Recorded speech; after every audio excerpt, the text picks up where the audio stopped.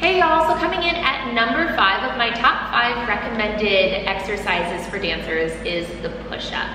Now we need to make sure that our upper body is nice and strong for everything that we need to do. So I'm gonna be working you through the different levels that I start my clients with.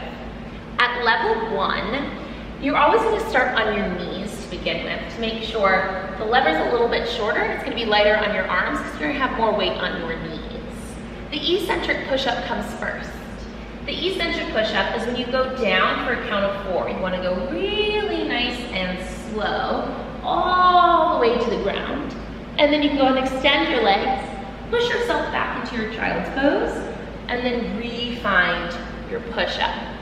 All the way down nice and slow, all the way to the ground, extend your legs, come back into your child's pose, and then you'll re-find your form. Once you have mastered that, you would go ahead and go into a knee push-up. That would mean that you're able to go down and up with perfect form. Now, perfect form, let's talk about this a little bit. You wanna make sure that your core is able to stay nice and tight.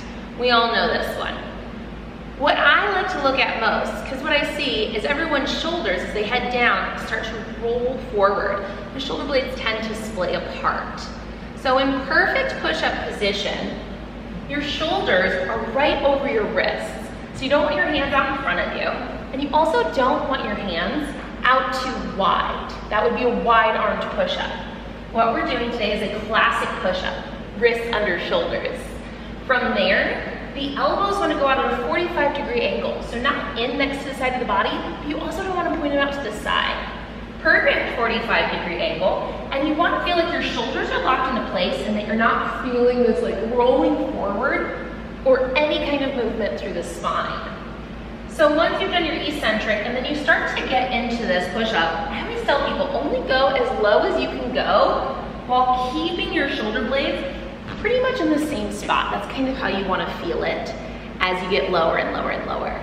And then the last level of your push-up would be the one where you are in full extension, you're full plank. This takes a lot more core work. We want to make sure that we're not collapsing through our low backs. And we're tucked, quads engaged, glutes are engaged, and these shoulders are pulling down away from our ears. So you have to engage your lats. Pull the shoulder blades out to the side, and you're going to feel all the muscles through your armpit engaged as you press away from the ground. Once you get yourself there, that's when you can lower yourself down and push your way back up. You want to work up to about 10 reps of those. You would rest, and then you would go through that 2 more times.